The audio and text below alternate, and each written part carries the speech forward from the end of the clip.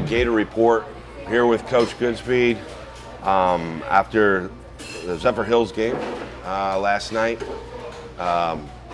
Again, not the result that we wanted, tough loss, but a really great game from a lot of guys on that team. So I want to start with the first quarter.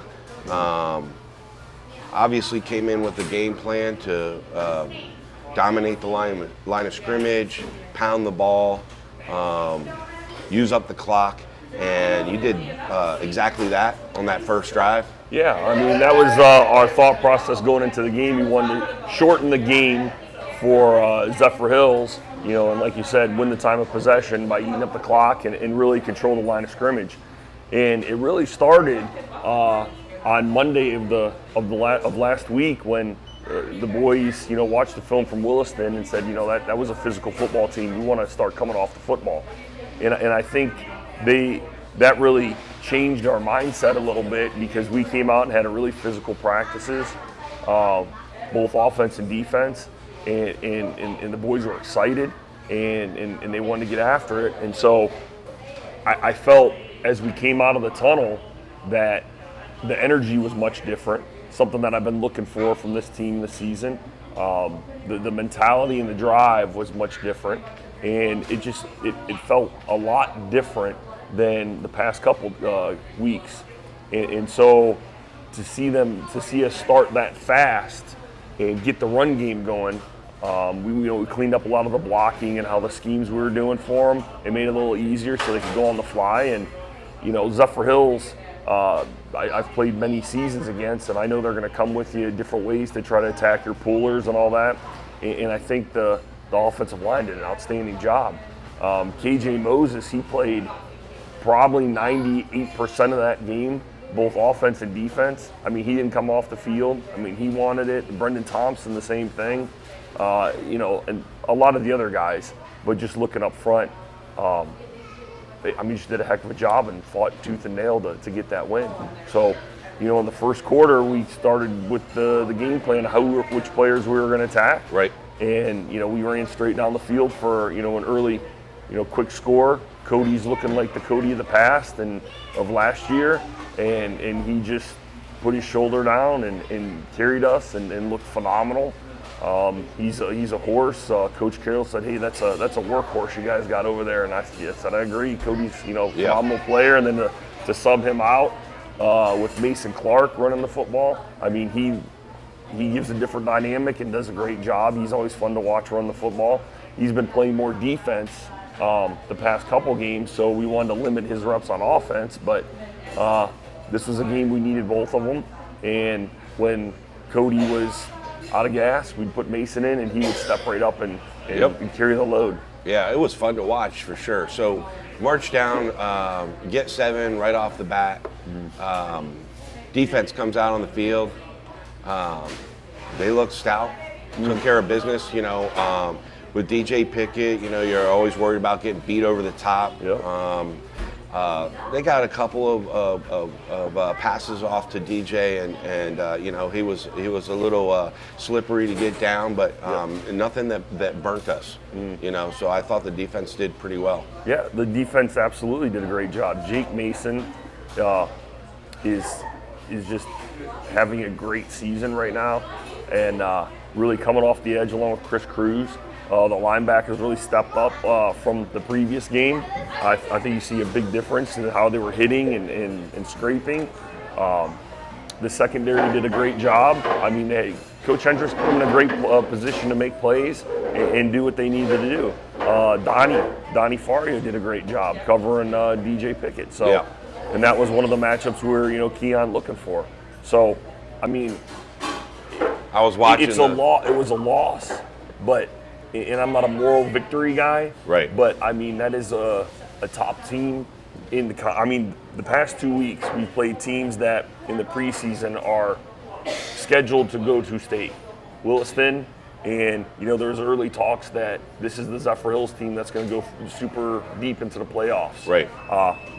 Obviously, we were a little behind on Williston, right. But I think our boys carried that over into this game and said that's not happening again, and stood toe-to-toe with, Pasco's top team. Sure. I think they went 3 games into the playoffs last year, if I remember correctly. But yeah, so they make the stop on march back down on offense. It's kind of like the first 6 plays are scripted. They worked. It seems like you guys just kept at it and pounded it down and put 14 on the board before the half, and then in fact it looked like you're possibly going to score one more time going into the half, and then turnover time.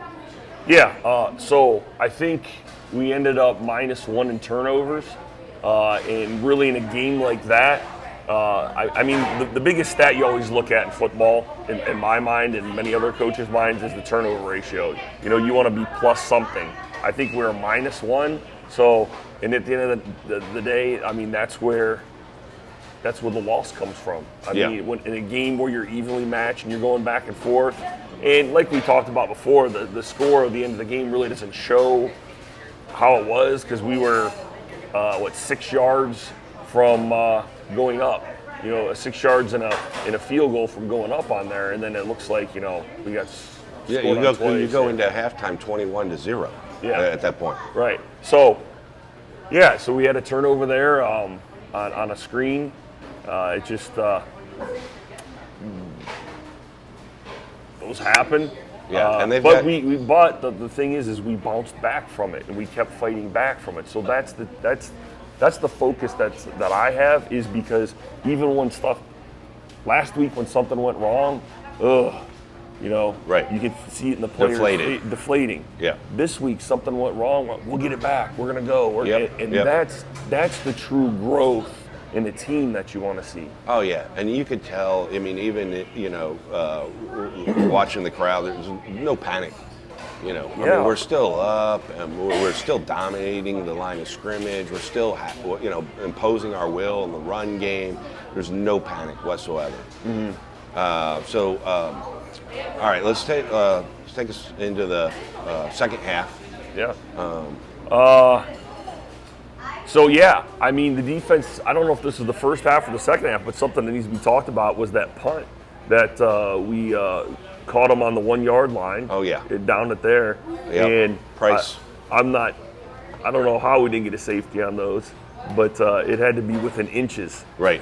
But and that's when I put us in a good position to go score, and I think we missed the field goal on it. But so we went to the locker room at halftime. I mean, a lot of juice, a lot of energy. I mean, the boys were ready to go. We came back out. We were on defense first, I believe. Yes. Yeah. And I think they moved the ball a little bit, but we got the ball back, and we started right back into that motion, sustaining drives and going down the field. I mean, like we talked about before, I mean, the offensive line just raised up and did what they had to do. Zephyrhills really didn't have an answer for that. I mean, you guys were just, so that to me, that's the kind of the scoreboard says what it says, but and I'm with you on the moral victories, but man, that team looked really good. I think the turnovers are obviously killer, right? So at the end of the day, it's not a district game. Now we go into a bye week. Yeah, we'll be in bye week this week, and then we're back at Mitchell 2 Fridays from now. Which is a district game. It starts our district run. In my mind, playing the Willistons and the Zephyrhills, the ones that are, good programs, only primes you for your district. Yeah. And primes you for playoff time. So, again, I think going to Williston, even though it was a rough game for us, I have nothing for respect for that program. They did a heck of a job, and I think it made us tougher. Really, and exactly why you schedule games, because you don't want to make it to the end of the season and not really play anybody and then fall flat on your face in the playoff time. It raises the bar. It raises the bar, exactly. It changes the dynamics in practice and everything. So I think, Well, and to add with that, I mean, the atmosphere in our stadium last night was amazing. Yeah. The band and the Gator Nation and the community that was there. And it's one of those games where, hey, you don't know what's going to happen. And you're into it. And, you know, my heart's pounding on the sideline. The boys are fighting for every inch. Those are the kind of football games you want to play. Oh. You know what I mean? Yeah. So. Yeah. Well, when it was tied there 14-14 for a while, I mean, everybody's on the edge of their seat. Everybody believed, you know, and you could, I mean, that's just because of the way those boys were playing all throughout the game. There was never, you know, some games you watch and you go, this game's over. Yeah. Right, you can see by the way the people are carrying themselves, by the way the line of scrimmage is being handled, that the game is in the tank already. Right, that was not the case last night. Absolutely not. No, I mean, like I said, those are the games you live for. Yeah. You know, not the ones where it's, you know, 40 something at halftime and you're up and okay. Right. Yep. That's not you want to test yourself, and I think we lost. Yeah. But at the end of the day, we got tested, and I think the boys rose up and did a phenomenal job. I couldn't be more proud of the football team and the effort that the boys had. And it just come down to a couple mistakes. Yep. No, I'm certainly encouraged by the performance. It was just cleaning up, like you said, a couple of mistakes. Now, I know it's a team sport, and individual stats don't really mean a lot in a team sport, but Cody Gwynn, I mean, how many carries did he have last night? He had a night, and I have the stats here for you. To me, it looked like the Cody of last season, which I haven't seen yet, but he had 160 yards on 26 attempts. 26 attempts. Carries, yeah. Yeah. And then Mason followed right behind him with 92 yards for 15 attempts. So, I mean, way to carry the load for those guys. Like I said, Cody, I mean, he's a horse. Mason does a great job back there, and they give us a spark of energy, both of them. So to see, you know, both of those players in the backfield, and when one gets tired, they just kind of roll through, and I get juice out of both of them. It was awesome. And then, you know, when they can't do that, then you flip it to BA around Brandon Austin around the edge, and he takes it to the house. Oh yeah. Oh yeah, it was exciting to watch, and I think you got to tip your hat to the offensive line. Man, they, you know, it all kind of starts right there, right? So those guys can't do their what they do until we get the blocking correct. Exactly, and you know, we even had one of our linemen was sick most of the week because something's going around, and we had another Will Farrell stepped in and did an amazing job for us. So. I mean, they're just, I can't say enough about how well they played up front. Well, I don't know. I mean, it's, you know, we don't have all the stats in just yet, but do you have anything on the defense? I know Chris Cruz is, you know, in the top 5 in the district for sacks going into the game. We didn't call his name too much. I mean, they were getting back there, but they weren't necessarily getting home. All the time. But you had already mentioned KJ Moses, and I know I called his name quite a bit throughout the game, but yeah, he's just, I mean, I love KJ. He's when I first met him, when I took over the program, I thought he was going to be a dude for a long time, and he hasn't proven me wrong. He's an amazing character, human being, and just works. I do have some defensive stats here. Let's see. Looks like we had 1 sack, 2 TFLs, 3 TFLs, 1 INT, and then the pass breakups. So not heavy in the sacks, but what you got to understand about Zephyrhills is with the speed they have, it's the quarterback rocks back and throws. Right. You know, so the timing's off. So anytime you can disrupt that, it's a win. Yeah. So that gives our secondary a little chance to play up and play back and kind of mess with them a little bit. Yep. Because there was a couple times we flushed him and he wasn't able to, you know, make those plays. Right. So it all went hand in hand. So just because we don't have those stats there, Yeah. I mean, the hurries and to make sure that the offense doesn't work on time. Yeah. That's what really made the difference in my mind. Yeah. I don't know if it was Devin, somebody that got their arm up and on the interception. Oh, yeah, tipped that ball way up in That the was air. actually, I think it was Thomas Taylor. Okay. Right, who came off the bench when he was sick last week, and he worked his butt off to get on that field. So. Well, everybody was holding their breath in the stands. Oh, I know, that one was up super in the air high. forever. And that INT went to, I think, Devin. So yeah, and those are the things we did, and that really was the balancing point was because I think we were even at that time on turnovers, takeaways and turnovers. And then at the end of the day we had one more giveaway than we earned from them, and that is the stat that really matters. So, with the bye, tell me what does that do for you? How do you utilize the bye week? What is the team planning on doing? Well, bye weeks for me it's a time to get healthy, time to get back in the weight room, but it's not like we're not going to be on the field and not hitting. We're going to hit, we're going to work, and it's time to go to what I call football theory. And just kind of go over the basic stuff again, and how on counters, how we're looking at how we block here, traps, how we look and what guys to get there. It's always been my philosophy in coaching that it's hard in high school football to have these diagrams that you always see, and this line goes here and this goes there, because defenses line in high school, they'll make mistakes often and line up in the wrong places. So my philosophy in coaching an offensive line is, how are we attacking that defense? What gap are we attacking? And how do we get to those people? So that's what I'd like to get back to this week is that football theory kind of. Okay. And get after it and do some blitz pickup and reading how we're going to handle that. I think,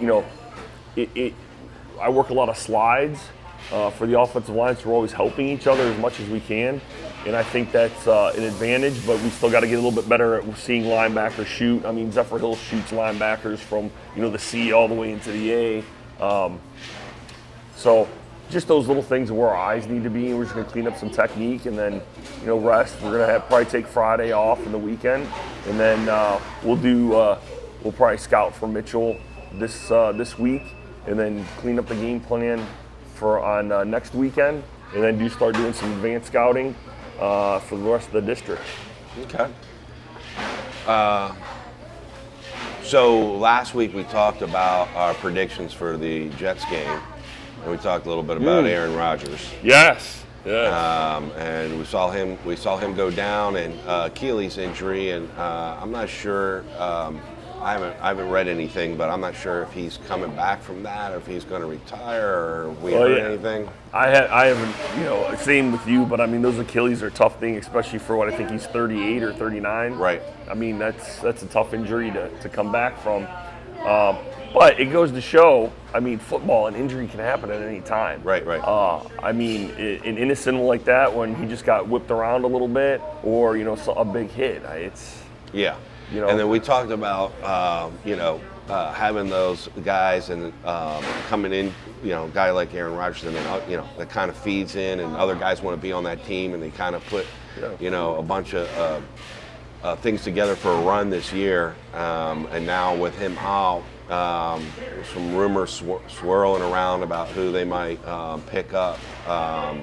You heard anything about Kirk Cousins' move to the Jets? No, I haven't heard these rumors yet. Yeah, so there's some, you don't know what you can believe on the Well, internet. yeah, but the I think we talked about this last week with Aaron Rodgers being there. Who's their quarterback now? Zach. Zach Wilson. He had a chance to learn under Aaron. Yeah. Right? Yeah. And so I know he was now pressed back into service. Right. But, I mean, now he's got, a guy who's been there, and he's probably going to pick his brain. So I know they probably wanted to develop Zach for another season or two. Right. I think that's the way you do it. I mean, it showed with Aaron Rodgers when he was with Brett Favre. I mean, Brett Favre, he was a great mentor towards Aaron Rodgers, and they then pressed him right into service. And, Right. he had a great career. The same thing with with Zach, I think they were sitting hoping that he'd get a year under Aaron Rodgers to learn, but he's going to get pressed in, and he looked pretty good. He got the win for him. Yeah. So. Yep. Well, I guess it'll be 2 weeks before we get down to sit down and talk about it again. Yeah, but, I enjoy my Dunkin' Donuts time. Yeah, for sure. Well, listen, we hope everybody gets some time to get healthy and get strong, and we'll see you in a couple weeks. Yeah, it's good. It's always good to see you and sit with you. Thanks, Coach. Yep.